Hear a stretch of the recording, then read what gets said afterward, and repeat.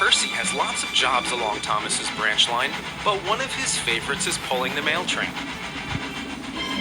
Every morning he picks up the mail bags from Farquhar and then takes them along the main line to the big station at Tidmouth, where there is a big office for sorting the letters and parcels.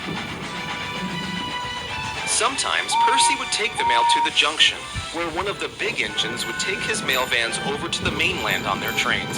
It's a very important job, and the mail train must always run on time, no matter what.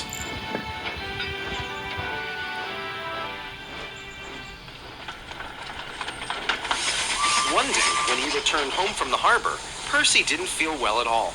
"Your injector has failed," groaned his driver. "What a time to do it, too. Tom Tipper will be here soon with his mail delivery." "There must be another engine who can take the mail, surely?" asked Percy anxiously. "I don't know," said the station master. "Thomas is busy today, and Daisy has just left for the junction. If only..." Just then, they all heard a familiar ding-ding of a bell. Then Toby arrived from the quarry with Henrietta.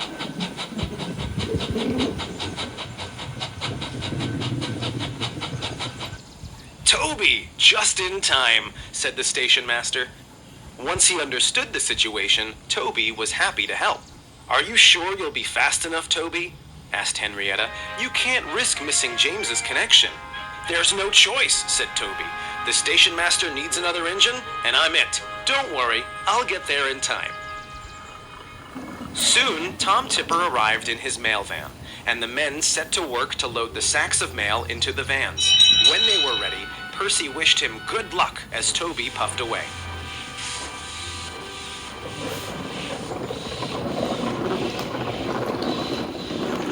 We'll get there, said Toby confidently.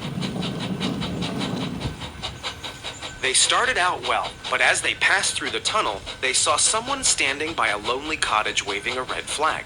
"That's Mrs. Kindley," said the driver. "I wonder what's wrong." Toby pulled up carefully, and the fireman went up the steps to meet Mrs. Kindley at her door. "Is something the matter?" he asked. "Yes, there is," said Mrs. Kindley. "I'm sorry to hold you up like this, but I've written a birthday card for my sister, and I wasn't able to get it to the post box in time. Could you perhaps drop it off for me, please?" The fireman didn't know what to think. "Well, it's a good thing you stopped us then," he said. "We happen to be pulling the mail train today. We'll get your letter delivered, no problem." "Oh, thank you. That's very kind." "What a time to make a request stop," cried the driver when the fireman returned. "Still, we did promise after all. Let's try to make up lost time." So Toby set off again.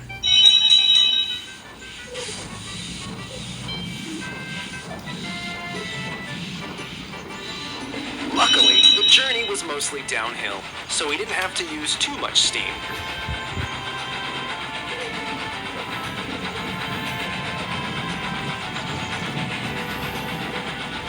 But he still had to stop halfway to allow Daisy a clear run back up the line. By now, Toby was starting to feel tired. Come on, he puffed. "I'm too old to dash about like this."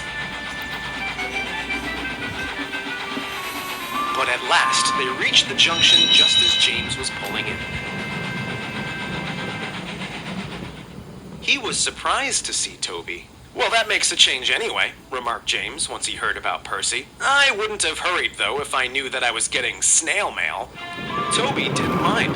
As soon as James had gone, he had a long drink at the water column and then went slowly home.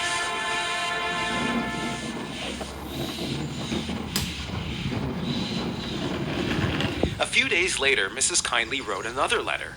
This one she sent to Farquhar, thanking Toby, his driver, and his fireman for being so kind in delivering her sister's birthday card on time.